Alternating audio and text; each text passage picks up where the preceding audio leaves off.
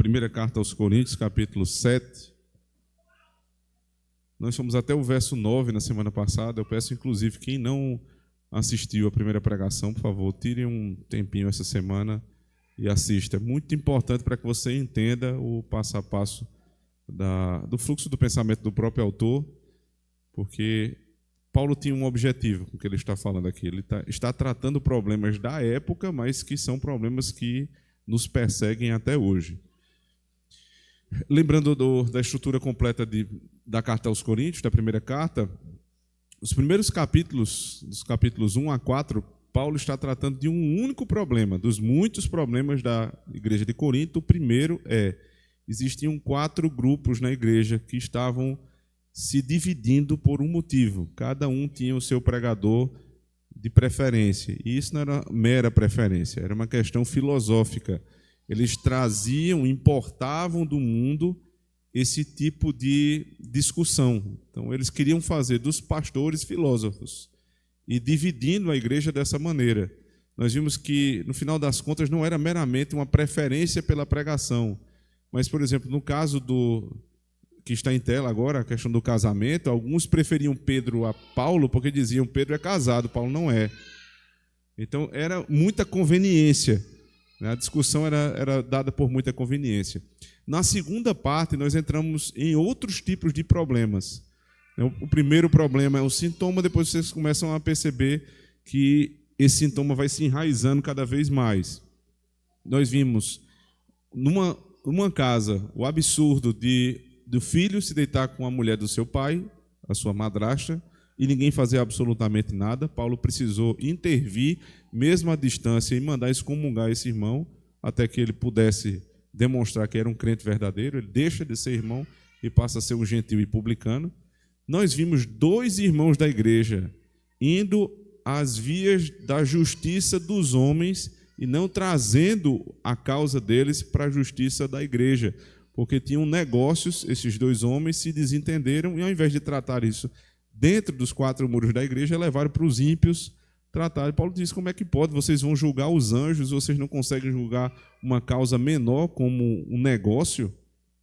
Nós vimos também que havia problemas, né, nas casas dos irmãos, porque esse pensamento filosófico é um negócio complicado. Você fazer algum tipo de harmonização entre a filosofia pagã e a escritura é muito difícil.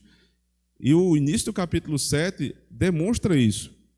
Quando ele começa a tratar a respeito da intimidade conjugal, que muitos estavam se abstendo ali na cidade de Corinto, ele está dizendo que aquilo acontecia por um problema que a filosofia trouxe para os dias do apóstolo. Alguns diziam que a matéria é má, que o corpo é mau. Então, por isso, o espírito é que deve ser vivificado, deve ser dada evidência. Então, chegava-se dentro da igreja à conclusão de que um homem e a mulher se deitar era algo ruim, porque era algo que sujava o espírito. Então, eles deixavam de lado os prazeres da carne para se dedicar somente ao espírito. Tinha gente que estava querendo deixar o seu marido, a mulher deixar o seu marido, o marido deixar a esposa, não tocar mais um no outro, porque agora o grande objetivo espiritual era que ambos pudessem viver a religião sem ter contato físico. Paulo disse: isso não é possível. Isso é uma dívida. Quando vocês se casaram, você deve. Ele não trata só de débito, ele mostra que é uma benevolência do homem com a mulher, da mulher com o homem, mas que é uma obrigação, sim. E que não cumprir as obrigações maritais é abrir um caminho largo e perigoso para o adultério. Ou seja, Paulo deixa isso muito claro, que os irmãos estavam pensando errado porque estavam trazendo filosofia mundana para dentro da igreja e estavam tratando a teologia abaixo da filosofia e dando esse tipo de coisa. O terceiro problema a respeito do casamento, né, é a visão filosófica, como isso impactou na igreja e como agora, mais uma vez, essa filosofia vai trazer problemas para a visão a respeito do próprio casamento, da manutenção ou não do casamento. Existiam pessoas que defendiam que um crente, ou seja, alguém que se converteu posteriormente à fé cristã, mas que antes de se casar era um ímpio, era um pagão que ia com a sua esposa para os cultos do templo da deusa Afrodite, que era a deusa da sensualidade lá em Corinto, essa pessoa que se converteu, ela tinha o direito agora de se separar, porque alguns analisam a respeito do Antigo Testamento, nós vamos ver isso durante o sermão, outros acham que é um pensamento da própria época, havia impureza naquele tipo de relação, então eles deveriam se separar. E nós vamos ver como o apóstolo Paulo trata isso.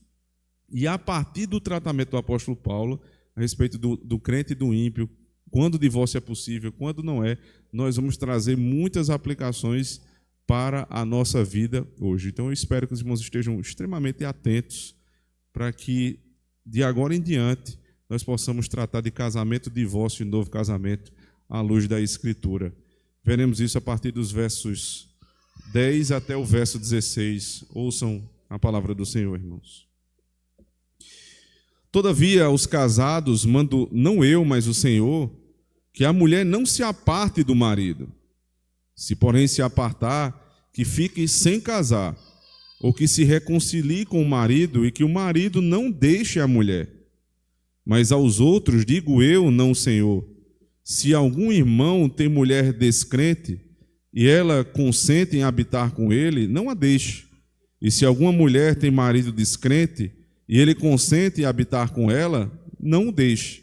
Porque o marido descrente é santificado pela mulher, e a mulher descrente é santificada pelo marido. De outra sorte, os vossos filhos seriam imundos, mas agora são santos. Mas se o descrente se apartar, aparte-se, porque neste caso o irmão ou irmã não está sujeito à servidão, mas Deus chamou-nos para a paz. Porque de onde sabes, ó mulher, se salvarás teu marido? Ou de onde sabes, ó marido, se salvarás a tua mulher? Amém. Vamos à presença de Deus em oração, irmãos, oremos. Senhor, dá-nos o teu Espírito agora, como o Senhor sempre tem feito em todas as pregações, para que não seja a opinião do homem, as preferências, conveniências que o pecador sempre consegue, que nos governe nesse momento de tratarmos um assunto tão caro, Senhor, tão delicado como é o casamento entre um homem e uma mulher. Que o teu Espírito governe cada palavra e que este mesmo Espírito prepare o coração do teu povo para te ouvir. Fala conosco, Senhor, de maneira rica, poderosa, profunda e direta, para que nós possamos rever aquilo que está equivocado na nossa mente e nos aprofundar naquilo que o Senhor já havia nos ensinado. E assim possamos viver um casamento, uma vida cristã como te convém. É assim que nós pedimos, no poder de Cristo. Amém.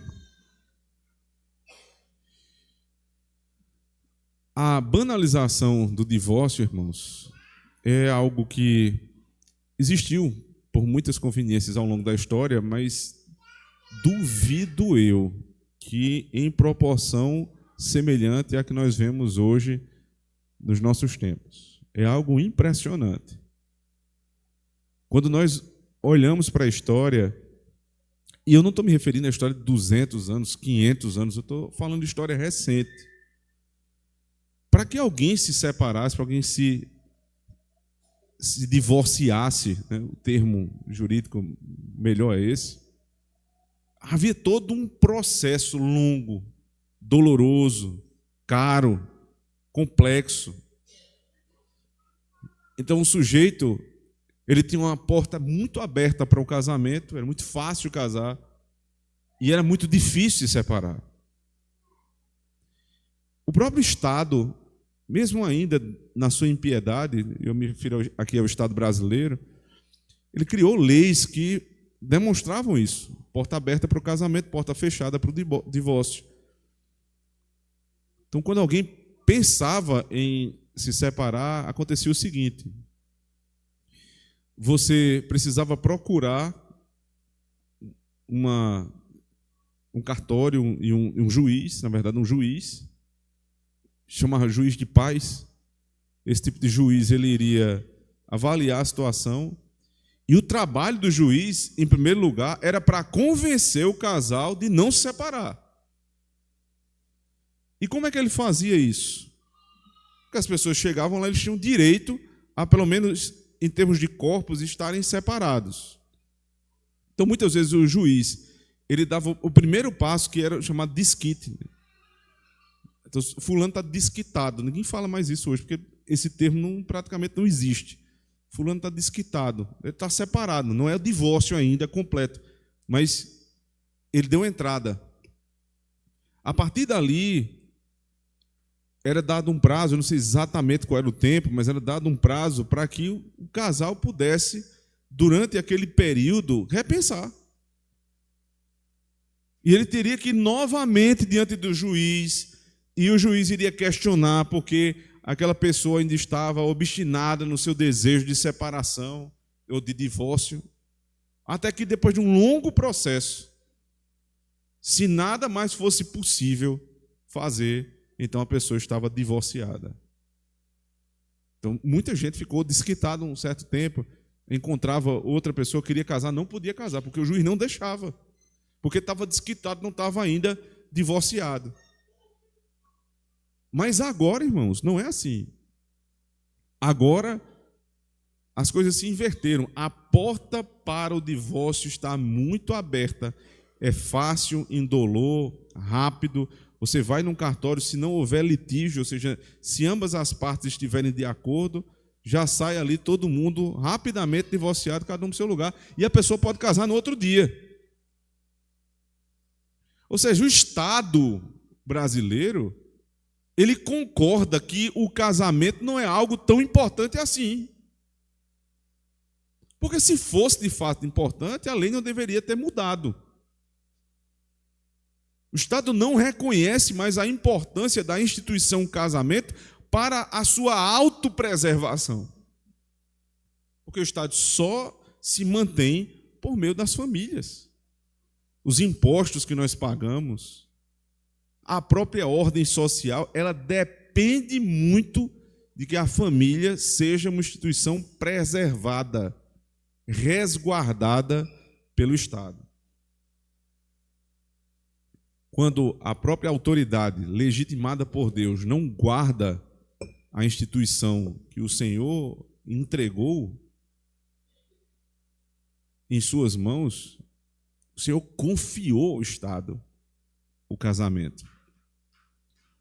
E a igreja que andava junto ali do Estado, do magistrado civil, né, o juiz segurando ali o divórcio, os pastores o tempo inteiro tentando trazer de volta o casal, né, um para o outro, para que eles pudessem se reconciliar e retomar a família. Isso se perdeu, tanto do lado do Estado quanto do lado da igreja.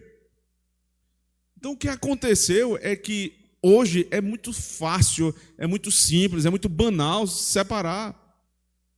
O sujeito se casa, faz uma festa milionária num dia, com 6 meses ele está separado.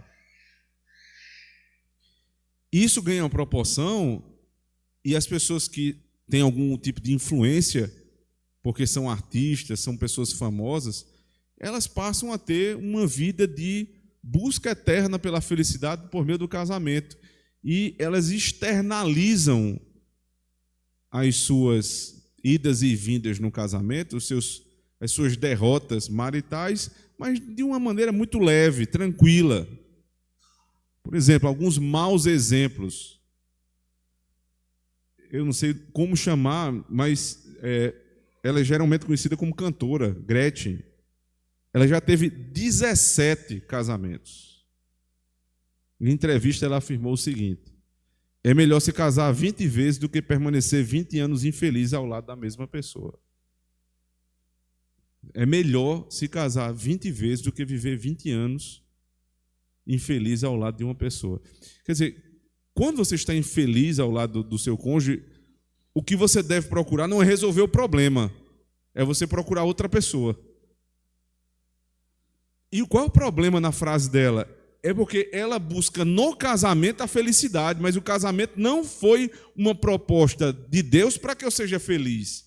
Deus nunca nos prometeu felicidade no casamento.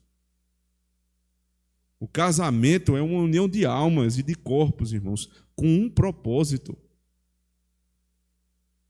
Fazer com que a semente santa, no caso dos crentes, ela seja próspera, ela seja vívida, cresça. Ele é um freio para a impureza, como nós vimos aqui na primeira sessão do texto. É uma forma de homem e mulher aprenderem a conviver juntos. Não é para ser feliz. Eu não caso para que eu seja feliz. Se há um objetivo relativo à felicidade no casamento, é fazer o outro feliz. É servir ao outro. E o outro pensa também da mesma forma e está o tempo todo imbuído em me fazer feliz, então ambos acabam sendo felizes. Mas quando isso não acontece, a solução é buscar tratar o problema, não buscar o próximo casamento. Outro cantor famoso, Fábio Júnior, 7 casamentos. 7 casamentos. 5 filhos com diferentes parceiras.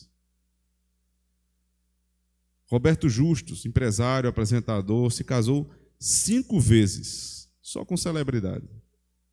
Ele disse assim: eu gosto de casamento. Tenho um amigo casado há 40 anos. Eu também, mas divido entre 4 mulheres diferentes. 10 anos para cada uma. É chacota. É motivo de brincadeira. As pessoas que ouvem isso aqui, elas começam a rir. 17 um, 5 o outro, 10 o outro, 4, e fica por isso mesmo, é motivo de chacota, é brincadeira. Mas sabe o que é mais triste, irmãos? É que a estatística de separação, que antes era muito distinta, hoje é praticamente a mesma entre crentes e descrentes. É praticamente a mesma. O número dos crentes que se separam, o número dos descrentes que se separam.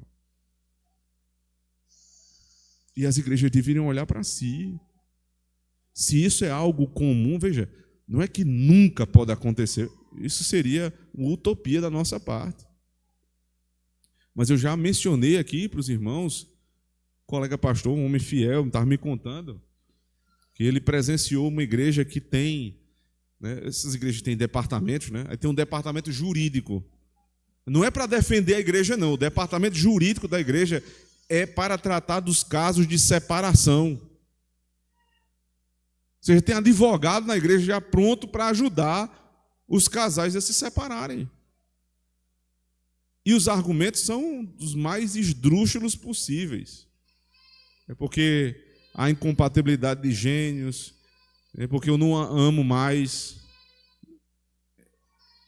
Quando alguém diz assim, não, é porque eu não amo mais fulano, e dizer ao outro, eu desejo permanecer contigo porque eu te amo, isso é um argumento, mas não é o único.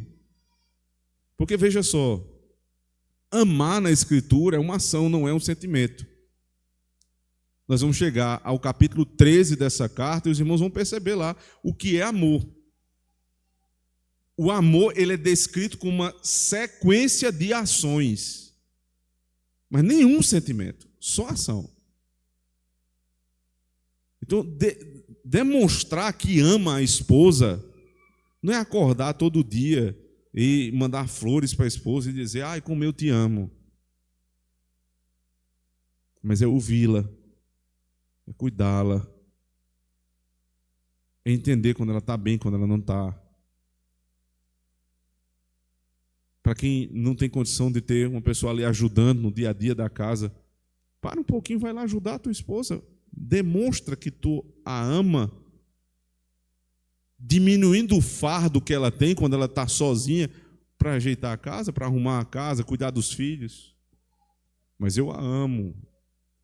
Eu pago todas as contas de casa, mas fica lá descansando e a coitada sozinha. Que amor é esse, irmãos? Que amor é esse? Amor de conversa, amor de contar história.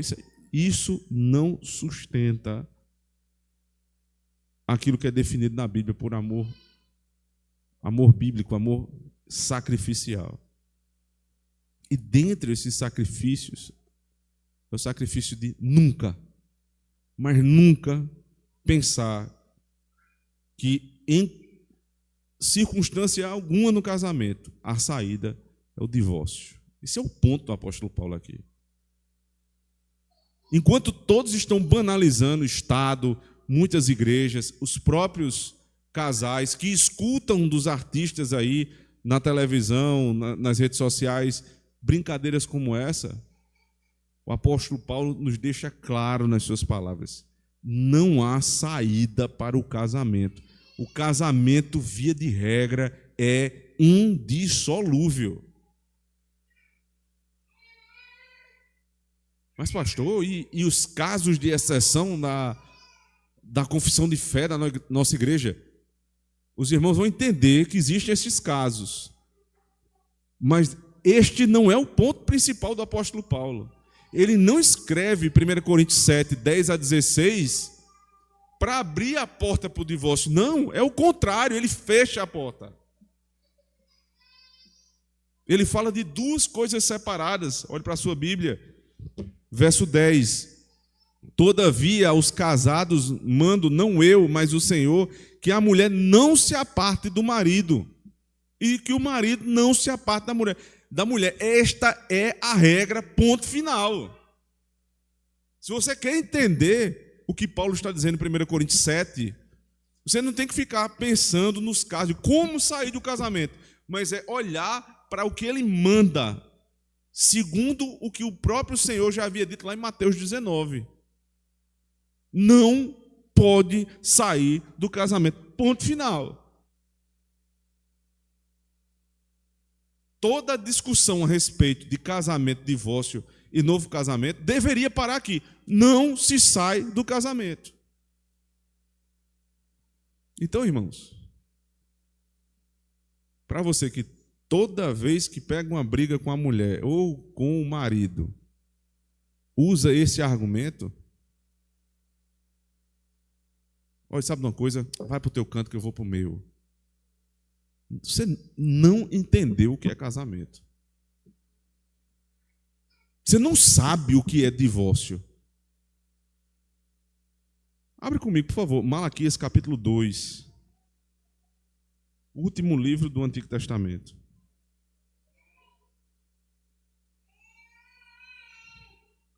Não é o que eu penso, não, a respeito do divórcio. É o que Deus diz que pensa a respeito do divórcio.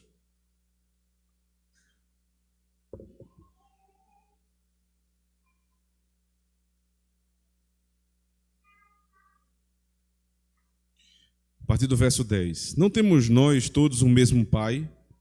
Não nos criou o mesmo Deus? Por que agimos aleivosamente, cada um contra seu irmão, profanando a aliança dos nossos pais? Sabe por que ele está falando isso aqui? Porque tinha judeu que estava deixando sua esposa se casando com outra mulher. Ele diz: vocês não dizem que são irmãos? Nós não dizemos isso, nós casamos com nossos irmãos. Não que isso seja incesto, porque é irmão na fé. Mas como é que vocês têm o mesmo pai, são irmãos e fazem maldade com o seu cônjuge? Verso 11. Judá tem sido desleal, e a abominação se cometeu em Israel e em Jerusalém, porque Judá profanou o santuário do Senhor, o qual ele ama, e se casou com a filha de Deus estranho. Ou seja, ele abandonou a mulher e se casou com outra, ainda por cima, uma ímpia. O Senhor destruirá das tendas de Jacó o homem que fizer isto, o que vela e o que responde, e o que apresenta uma oferta ao Senhor dos exércitos. Ainda fazeis isto outra vez, cobrindo o altar do Senhor de lágrimas, com choro e com gemidos, de sorte que ele não olha mais para a oferta, nem aceitará com prazer da vossa mão. Você está entendendo? Quem deixa a esposa que deixa o marido, sem uma causa justa, Deus não recebe o culto. É por isso que Paulo, ele instrui a respeito de que o irmão que deixa o outro, ele deve ser excomungado da igreja. Porque não pode ser considerado um crente. O homem que deixa a mulher, ou a mulher que deixa o homem sem uma causa justa. Deus não recebe o culto. Verso 14. E dizeis, por quê? Porque o Senhor foi testemunha entre ti e a mulher da tua mocidade. Sabe, ele está invocando aqui, ou evocando, o dia do teu casamento. Você me chamou lá. Então o Estado, irmãos, deveria dizer isso. Você me tirou da minha casa e me disse que iria cumprir um voto de casamento. Agora vocês cumpram. Porque foi reservado ao Estado o dever de casar. Porque se fosse a igreja, irmãos, essa ideia de que a igreja é que casa, isso está totalmente errado. Se fosse a igreja, os ímpios não podiam casar. Mas é o Estado, que é o ministro de Deus, que rege não só os crentes, mas também os descrentes. Eles deviam lembrar, você me fez testemunhar diante dos homens e da igreja e do próprio Deus os votos que você fez a essa mulher. E o pastor da igreja devia dizer a essa pessoa interessada no divórcio, eu me lembro do que você disse naquele dia.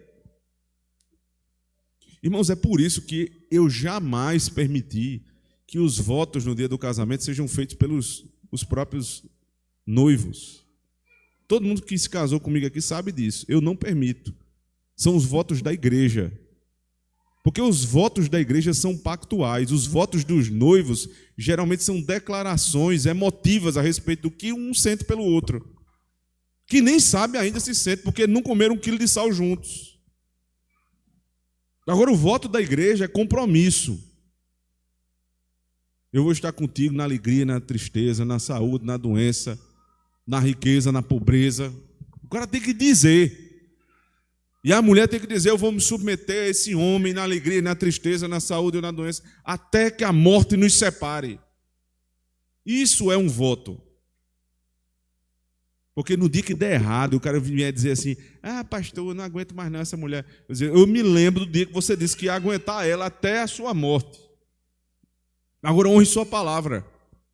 Agora, quem vota com declaração de amor, vai honrar o quê? Porque o Senhor foi testemunha entre ti e a mulher da tua mocidade, com a qual tu fostes desleal, sendo ela a tua companheira e a mulher da tua aliança. E não fez ele somente um, ainda que lhe sobrava o espírito. E por que somente um? Ele buscava descendência para Deus.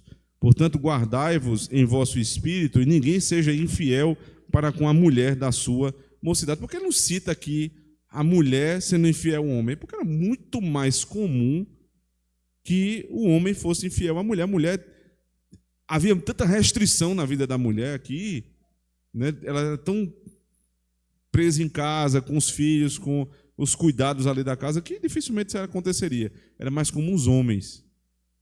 Então, por isso que agora o Novo Testamento, que você já tem uma outra perspectiva, não uma perspectiva teológica, mas uma perspectiva de vida. A estrutura de vida era diferente. Você vê lá, o marido não faça com a mulher não faça com o marido. Mas o verso 16, observe. O que é que Deus pensa a respeito do divórcio?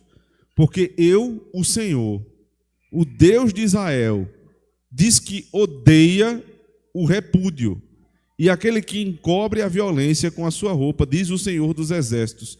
Portanto, guardai-vos em vosso espírito e não sejais desleais, porque o Senhor, o Deus de Israel, diz que odeia o divórcio. E você gosta do negócio que Deus odeia? E você faz brincadeirinha com o que Deus odeia? Faz chantagemzinha com o marido e o marido com a mulher, com coisa que Deus odeia? Ou está louco, ou não conhece quem Deus é? Irmãos, no último dia, tudo isso será cobrado. Tudo isso será cobrado. Toda piadinha que foi feita, toda brincadeira, todo desleixo, toda relativização vai ser cobrada, porque casamento é algo sério. Deus diz que odeia o divórcio. Agora volta comigo lá para a primeira, aos Coríntios capítulo 7. Então veja, do verso 10 ao verso 11, ele está tratando da regra geral. Qual é a regra geral? Que o marido não deixe a mulher e a mulher não deixe o marido. Ponto final. Casamento é indissolúvel. Do verso 12 ao final, aí ele diz assim: mas aos outros digo eu, não o Senhor. E aqui veja, quando ele está dizendo, no verso 10, todavia aos casados mando não eu, mas o Senhor, não é que Paulo está fazendo um contraponto entre a autoridade dele e a autoridade de Cristo. O que ele pensa e o que Cristo pensa. Não é isso.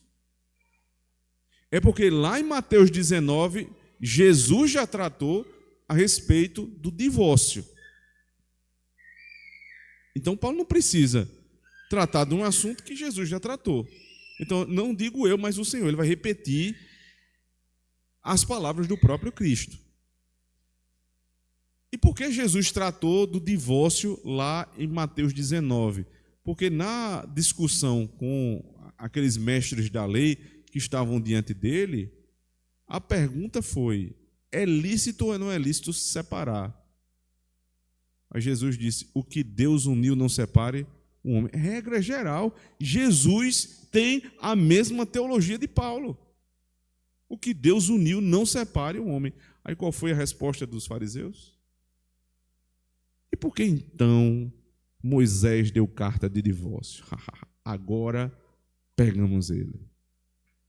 Aí Jesus disse: Moisés deu carta de divórcio porque não era assim no princípio, mas ele deu por conta da dureza dos vossos corações. Foi para poder regular o que saiu do controle.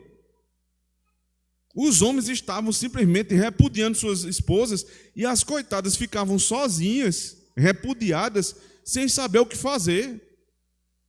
Passavam a ser mulheres mal vistas em Israel porque não tinham marido. Então a carta de divórcio não é o direito ao divórcio.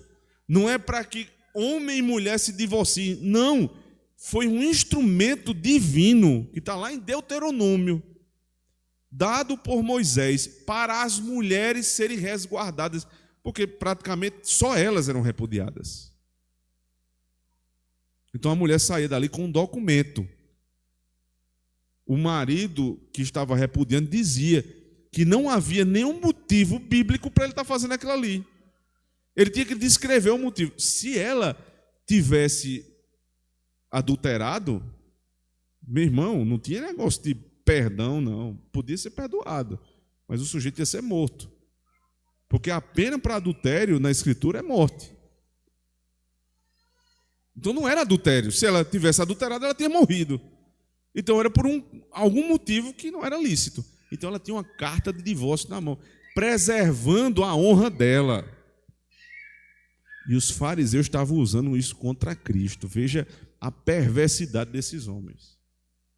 Mas Jesus disse: a carta de divórcio é um instrumento dado por conta da dureza dos vossos corações. Mas no princípio não era assim.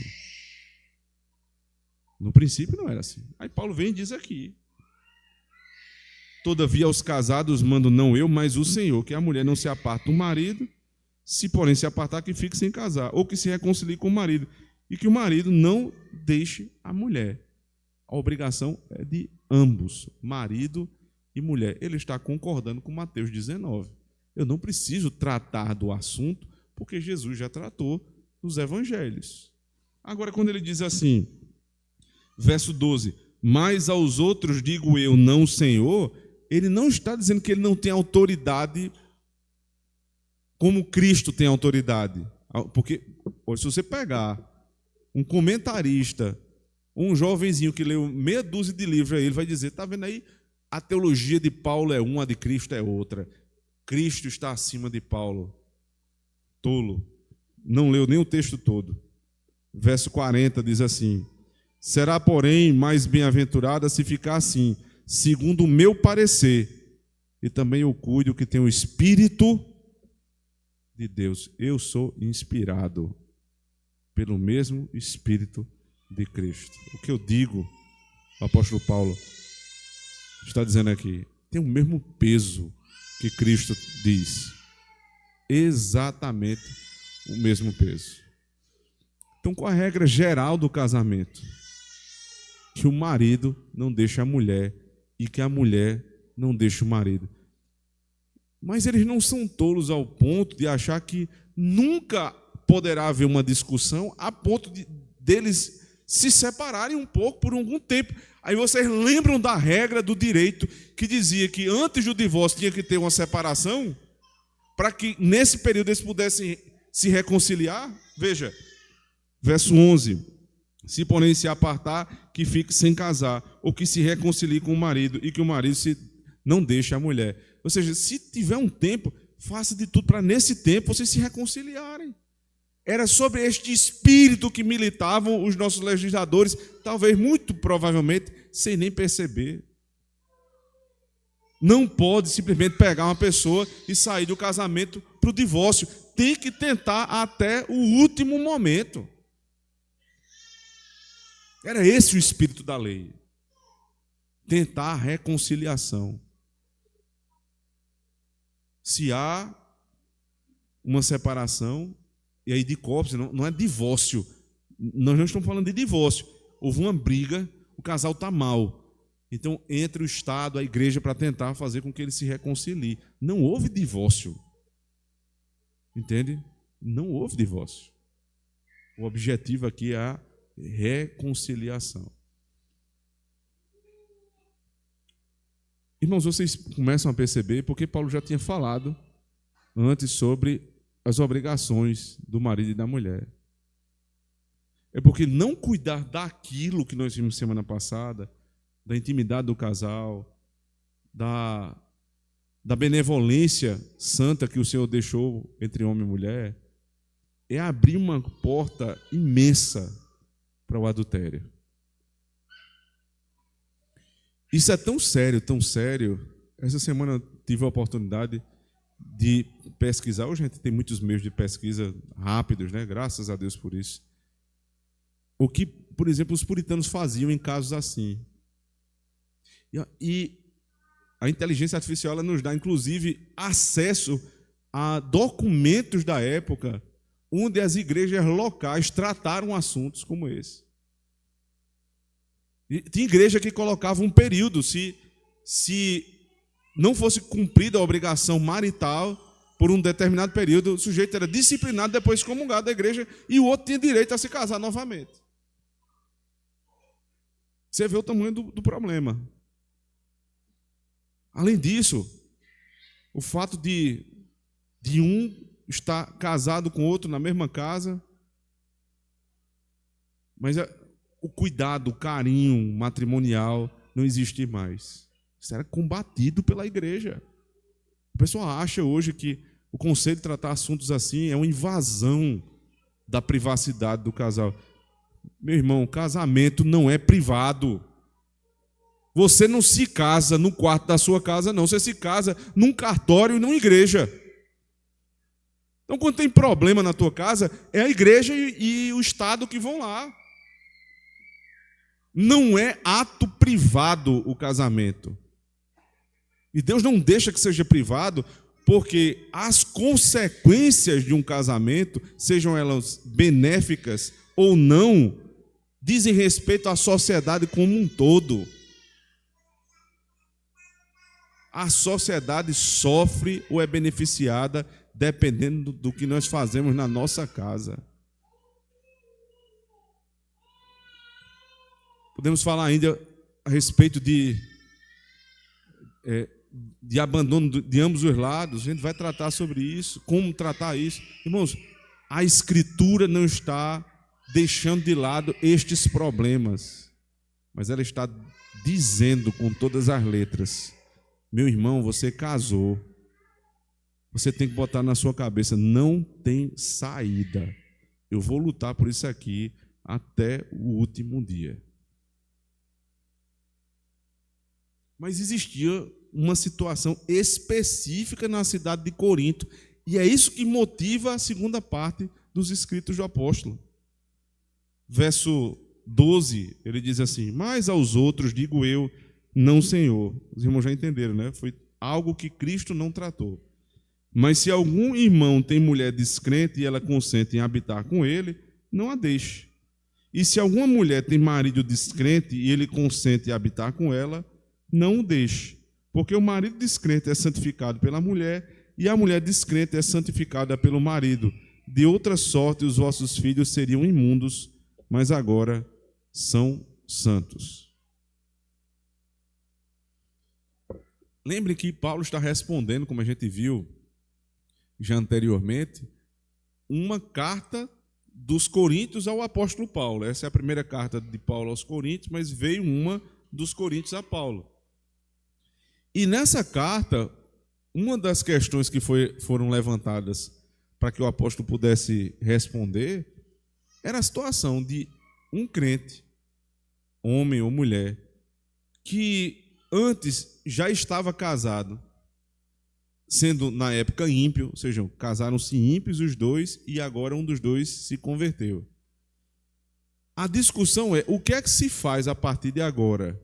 Porque tinha gente dentro da igreja dizendo que, por ter se convertido, estava livre do casamento, já que o casamento era feito com o ímpio. E começou a discussão na igreja. Pode ou não pode se separar numa situação como essa? É uma situação séria. Veja, por que digo eu, não o Senhor? Porque na época de Jesus, nos evangelhos, esse tipo de situação não existia. Jesus pregava majoritariamente para o judeu. Então não tinha essa discussão entre os judeus, eles se casavam entre si. Mas numa igreja que é uma miscelânea de grego com romano, com pessoas de vários outros lugares que passavam por ali, e alguns judeus, meu irmão, a situação era muito complicada, muito difícil. E aí Paulo vai com sabedoria dizer: se o descrente que está casado contigo, ele consente em ficar casado, você não pode se apartar. Nem o marido se aparta da mulher, nem a mulher se aparta do marido. Então isso é trazido também para os nossos dias. Veja, aqui, irmão, em momento nenhum, Paulo está dizendo que você pode se casar com um descrente. Não é este o caso. Eram pessoas que se casaram ainda inconversas e depois se converteram durante o casamento. Como é que se resolve um problema como esse? Primeiro, Paulo diz: se algum irmão tem mulher descrente e ela consente em habitar com ele, não a deixe. E ele diz o mesmo para o marido. Ou seja, você tem uma mulher, a mulher é ímpia, vocês se casaram ambos ímpios, e agora você se converteu, você não tem como mandar na sua mulher a ponto dela crer, porque a autoridade do marido não é a este ponto. Ela pode simplesmente dizer: não quero ir para a igreja. Pode ir, fica à vontade, mas eu não vou. Vai ser uma situação muito difícil durante um tempo em que ela não se converta, talvez até o final da vida, mas se ela não faz objeção, você tem que permanecer casado. Ponto final. Se ela consente, ela precisa habitar com ele, ela precisa conviver bem com ele. Às vezes o caso é mais difícil quando o marido é descrente e a mulher se converteu. Eu me lembro de um caso que eu já contei aqui há muitos anos, de uma senhora que nós congregamos juntos e ela se converteu e o marido não. O marido era policial e durante 16 anos ela orou pela conversão do seu marido. Mas ela disse que várias vezes faziam reunião de oração com as mulheres da igreja para orar pela conversão do marido. Às vezes as mulheres saíam, ela ia dormir e o marido policial chegava bêbado, pegava um revólver, botava na cabeça dela. Ela disse que estava acordada, sentia a frieza ali do revólver e ele tirava, guardava e ia dormir. Ele humilhava as irmãs que iam orar por ela. E durante 16 anos foi assim, irmãos, até que Deus tocou no coração desse homem e ele se converteu. Difícil, irmãos, é muito difícil. Mas se ele consentir, ou se ela consentir, eles não podem se separar. Você veja o tanto de barreira que é colocada contra o divórcio. E aí vem uma parte desse texto que é necessária termos cuidado, é necessário ter cuidado na interpretação, porque o texto do verso 14 diz assim: porque o marido descrente é santificado pela mulher, e a mulher descrente é santificada pelo marido. De outra sorte, os vossos filhos seriam imundos, mas agora são santos. Qual é a conotação de santificado? Porque um é ímpio e outro é crente, mas a mulher santa santifica o marido e os filhos, e o marido santo santifica a esposa e os filhos. Quer dizer que o marido salva a mulher? Não, não é assim. A palavra santo, foi até motivo de discussão nossa essa semana aqui na reunião de oração, não quer dizer impecável.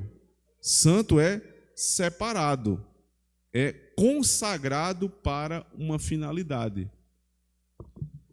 A palavra em grego, isso é muito interessante, é aforizo.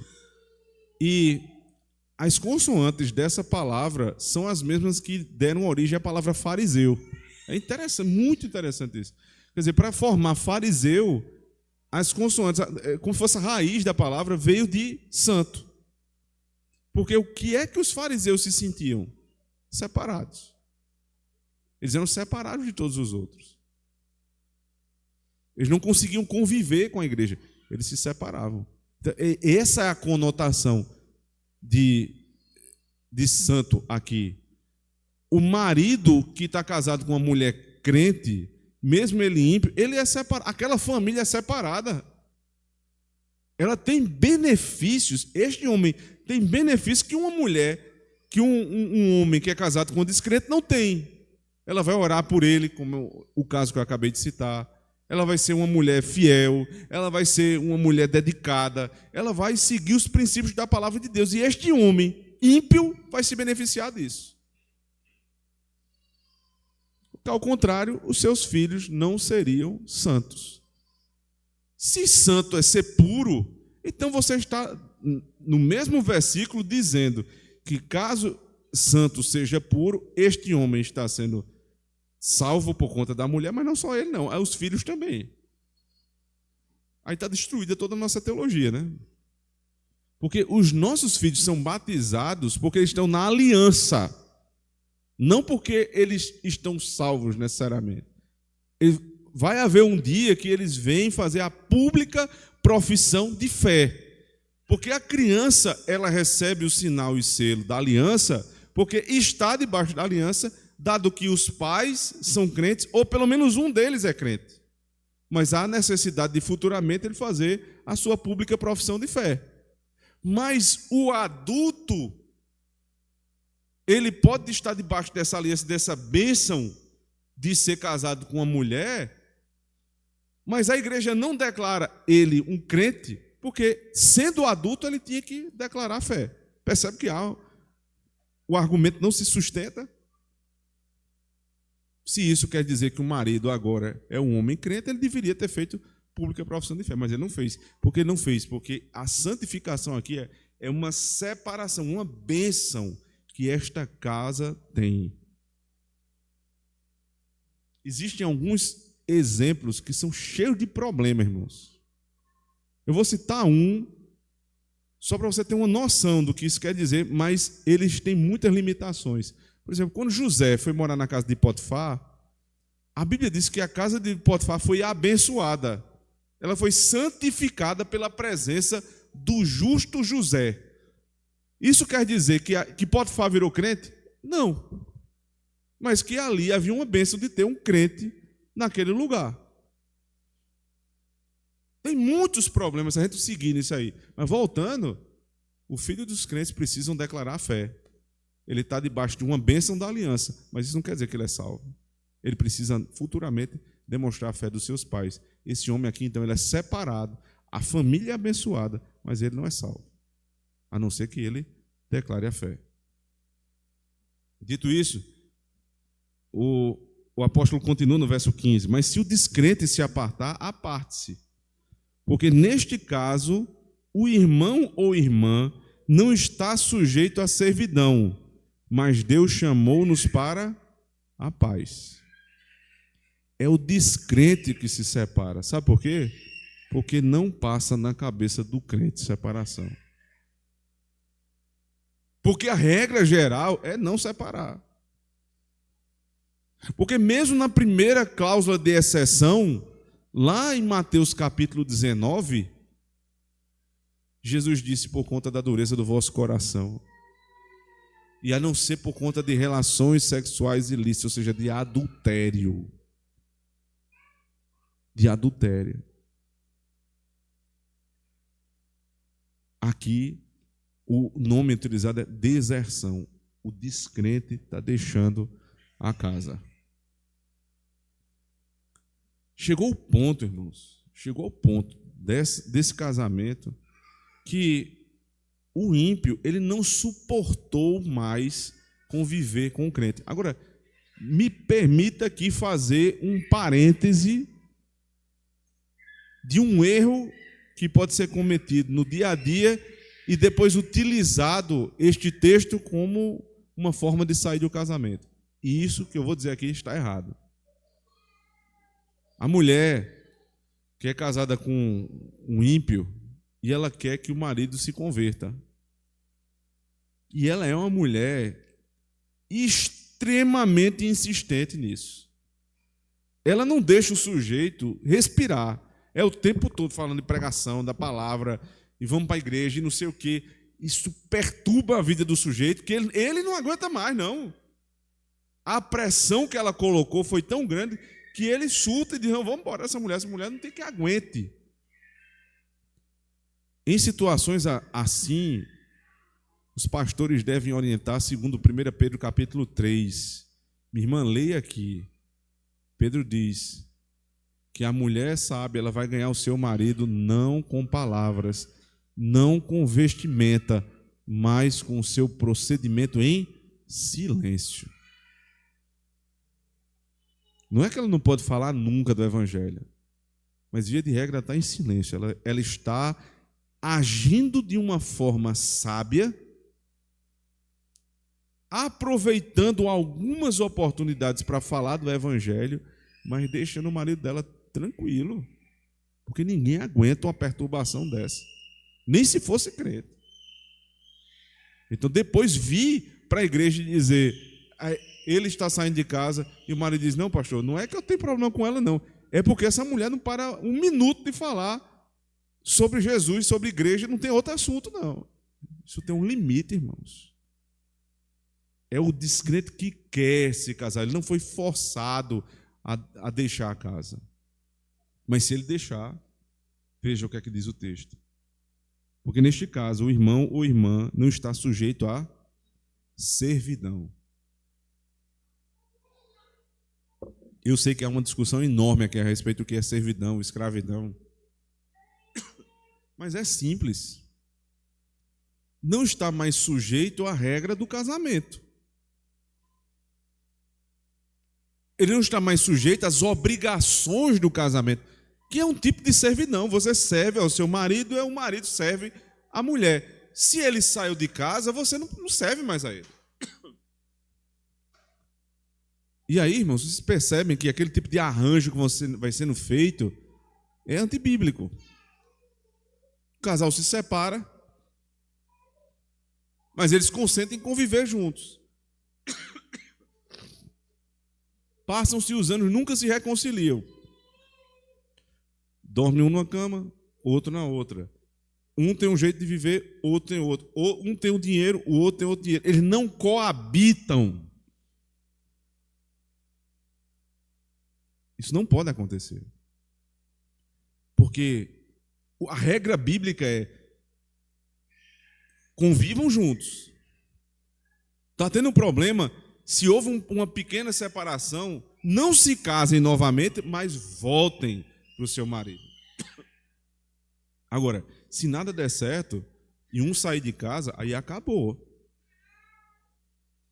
Porque passar disso, irmãos, é profanar o casamento. Tem pessoas que vivem em profanação. Se separam e permanecem se encontrando, tendo encontros às escondidas, como se fosse namoradinho ímpio. As coisas no casamento precisam ser feitas às claras, irmãos. Se você está casado, coabite com sua esposa. Se você não está, é cada um para o seu lugar. E isso precisa ter um ponto final na igreja e no Estado. Agora alguém pode ficar pensando, e quando isso acontece, pastor, com dois crentes? Quando dois crentes estão casados e um chega e diz assim, rapaz, não quero mais não. Não houve adultério, o adultério, os irmãos já sabem como tratar. A parte ofendida, ela tem o direito de se separar, mas não o dever, porque caso a parte ofensora se arrependa, a obrigação da parte ofendida é perdoar e seguir o casamento.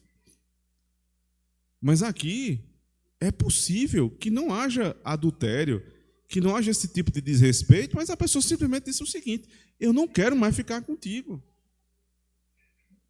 Eu me lembro que nessa igreja que tem o departamento jurídico lá de separação, o comentário é que na maioria dos casos, como há um trabalho muito bem feito desse departamento, as separações são tranquilas e as pessoas continuam amigas. Tá? O sujeito diz assim, meu melhor amigo é meu ex-marido. Ele é uma pessoa maravilhosa. Ele é um homem fantástico. Ele é honesto, é direito. Peraí, ele é tão bom assim, tu não conseguiu conviver com ele, então tu quer casar com um bandido, só se for. Aí vai dar certo. É conversa, meu irmão. É conversa, porque a história, na verdade, é que não suporta um ao outro. Então, quando dois crentes estão casados e um resolve sair de casa, como é que se resolve esta situação? Melhor não deixar chegar a esse ponto e procurar ajuda pastoral. Mas é possível que mesmo com o suporte pastoral, nem isso resolva. E alguém esteja resoluto de sair de casa. Então, este caso, irmãos, prestem atenção. Este caso já não está mais sob a tua jurisdição. Agora é o conselho da igreja que vai resolver. Como eu falei, nossa confissão de fé no capítulo 24 nos ensina a respeito. Então veja, a partir da seção 4, diz assim, seção 5, o adultério ou a fornicação cometidos depois de um contrato, sendo descobertos antes do casamento, dá à parte inocente e justo motivo de dissolver o contrato. No caso do adultério depois do casamento, a parte inocente é lícito propor divórcio e depois de obter o divórcio, casar com outrem, como se a parte infiel fosse morta. O casamento é até a morte. Só que, quando há adultério, a parte que é vítima, ela pode propor o divórcio e se casar novamente, como se a outra parte fosse morta. Sabe por quê? Porque, segundo a lei de Deus, ele devia ter sido morto. Então, se não foi morto, é como se tivesse morto.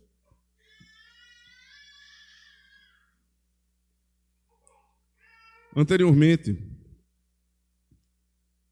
ele diz assim, seção 6, posto que a corrupção do homem seja tal que o incline a procurar argumentos a fim de indevidamente separar aqueles que Deus uniu em matrimônio, contudo nada, senão o adultério, é causa suficiente para dissolver os laços do matrimônio, a não ser que haja deserção tão obstinada que não possa ser remediada nem pela igreja, nem pelo magistrado civil.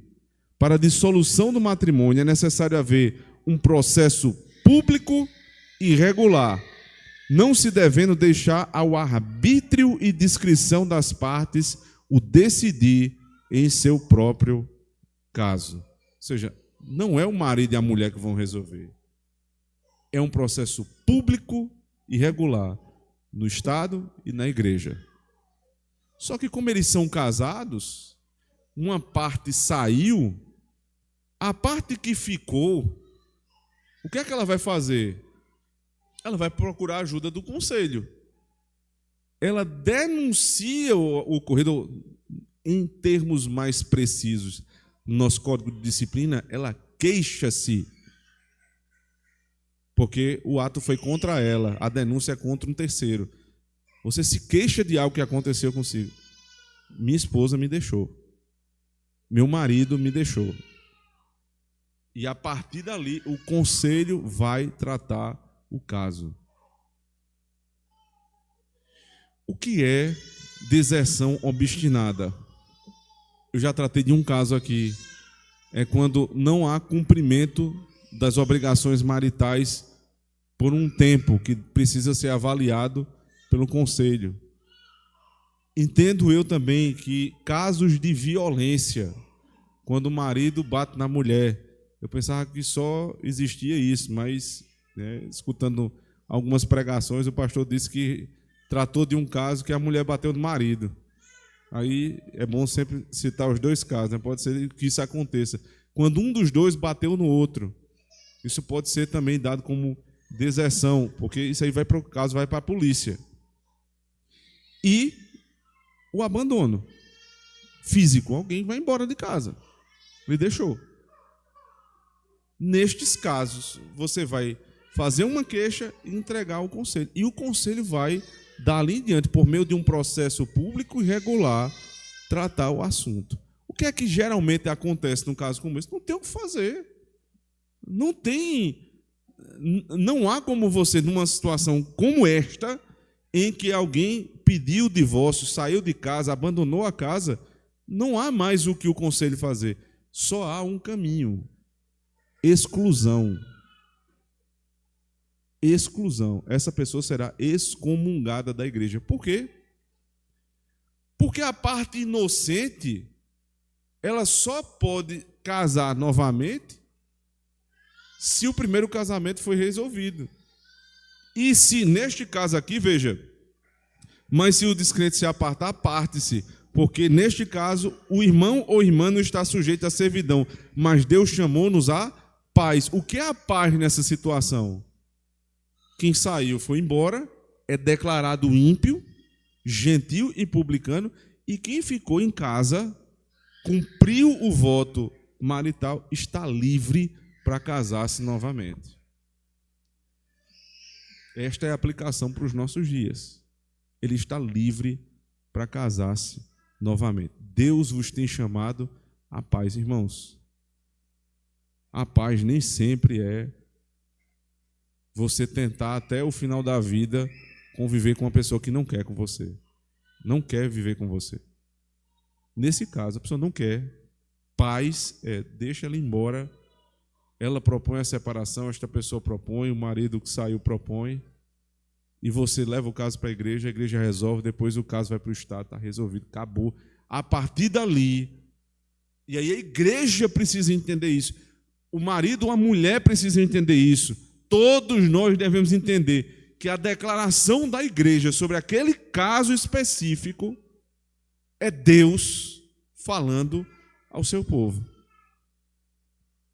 E nós vamos reconhecer que aquela irmã ou aquele irmão que foi vítima de um abandono, de uma deserção obstinada, está livre para casar novamente. Ou então que aquela irmã ou que aquele irmão que foi vítima de adultério e o seu cônjuge não se reconciliou, está livre para casar novamente. Verso 16. Porque de onde sabes, ó mulher, se salvarás teu marido? Ou de onde sabes, ó marido, se salvarás tua mulher? Como é que você vai insistir nisso? Você não sabe se vai salvar o teu marido ou tua mulher. Deus vos tem chamado à paz. Eu queria trazer algumas palavras aqui, irmãos. Primeiro, aos casados. Não existe caminho fácil por meio do adultério, do divórcio, perdão. Não tem. É tudo complicado. Você achou essa pregação complicada? É porque é complicado mesmo.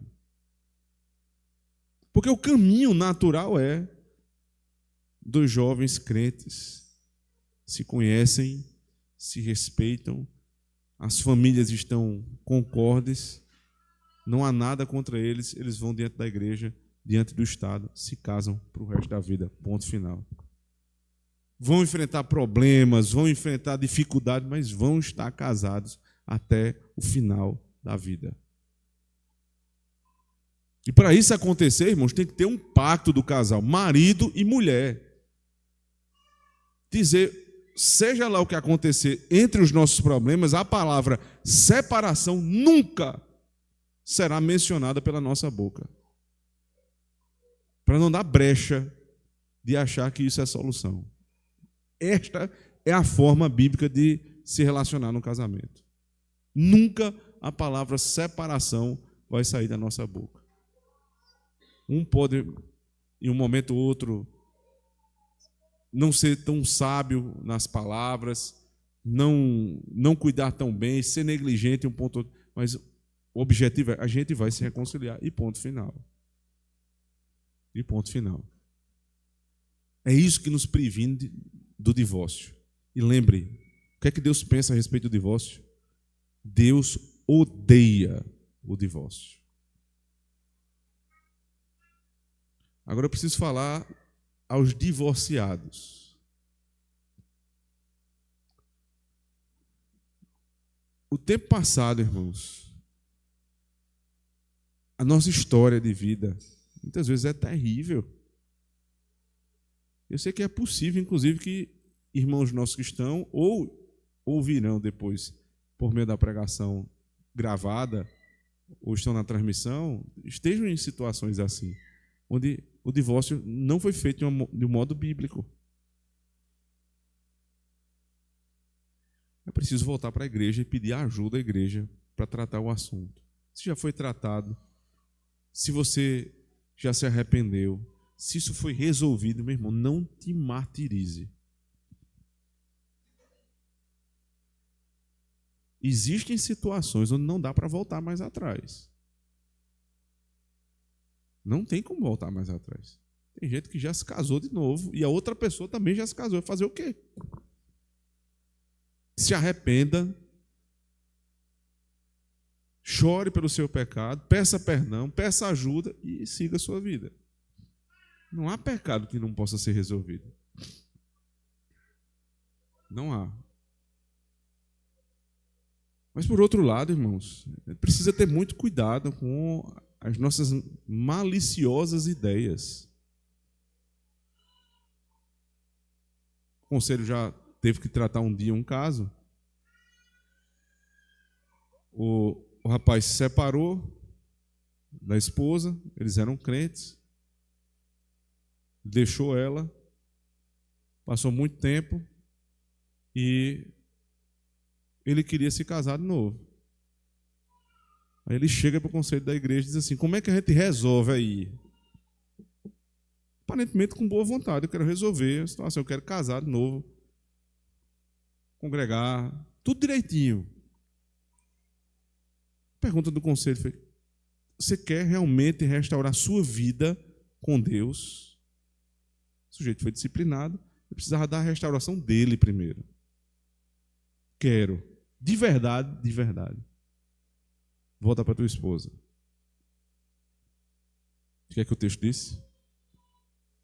Não se separe o marido da esposa. Se separar, se reconcilie e volta para ela. Volta para tua esposa. Não, aí não dá. Aí não dá. Já está tudo certo, vamos casar. Então é o seguinte, faz o que tu quer, mas não conta com a bênção da igreja. A igreja nunca abençoará o pecado.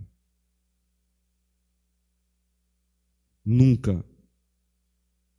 Enquanto Deus nos der vida e graça, este conselho não assinará embaixo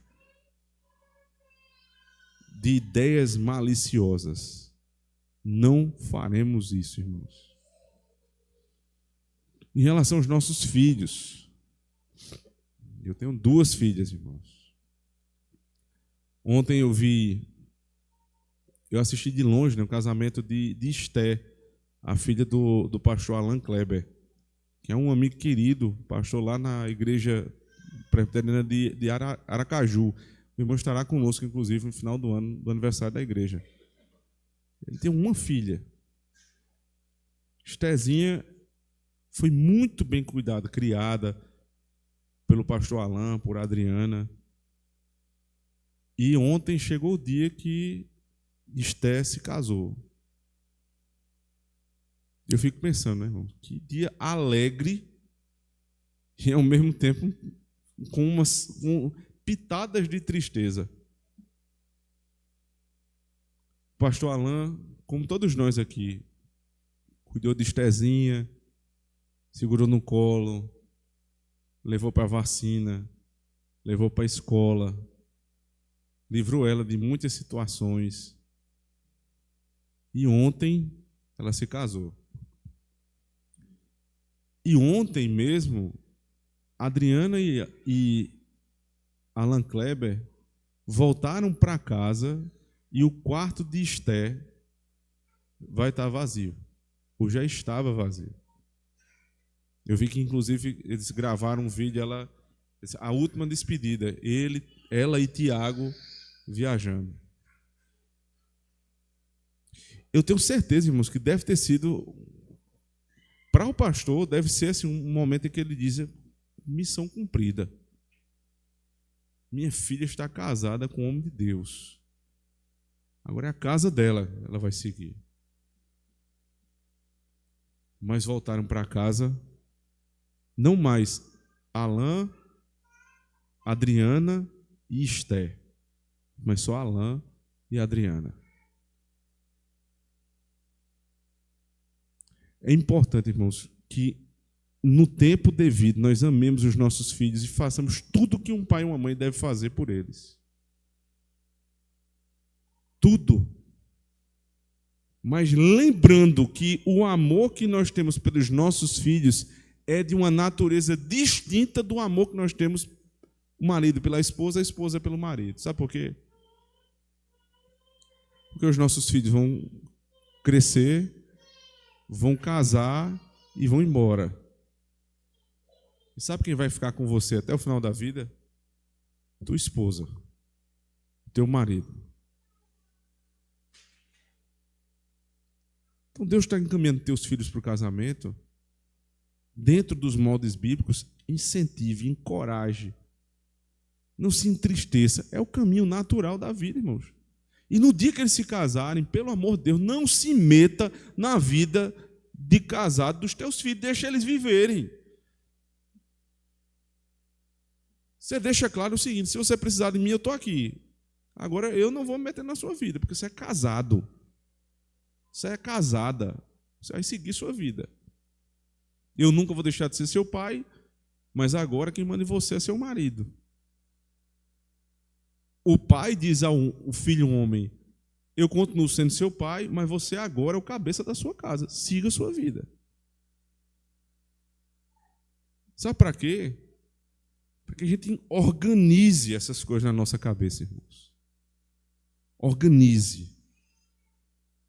Você banaliza o casamento e diz assim: porque sangue mesmo é o meu filho. Ah, é? Isso é pensamento de ímpio. Se filho é teu sangue, a palavra de Deus diz assim: tua mulher é tua carne. O teu corpo é dela e o dela é teu. Pergunta se na Bíblia tem isso dizendo do teu filho. E não é porque um amor de pai para filho, de mãe para filho, é menor do que para esposa e esposo, não. É porque é diferente. E dentro dessa impiedade que a gente habita, sai da boca dos crentes dizer o seguinte: porque mulher a gente se separa, mas filho não. Mulher não se separa. Marido não se separa. Olha o que a Bíblia disse, irmãos. Só se vocês creem nisso, creem no que eu estou dizendo. Se não creem nesse livro aqui, então façam o que vocês quiserem. Mas esse livro é a palavra de Deus. E ele disse que o marido não deixa a sua mulher e que a mulher não se aparte do seu marido. Sabe por quê? Porque Cristo nunca deixará a igreja. E a igreja nunca se apartará do seu marido. Como a gente viu lá em Isaías 54. Porque o teu Redentor é o teu marido. Deus seja louvado, irmãos, e abençoe o casamento de todos vocês. Amém.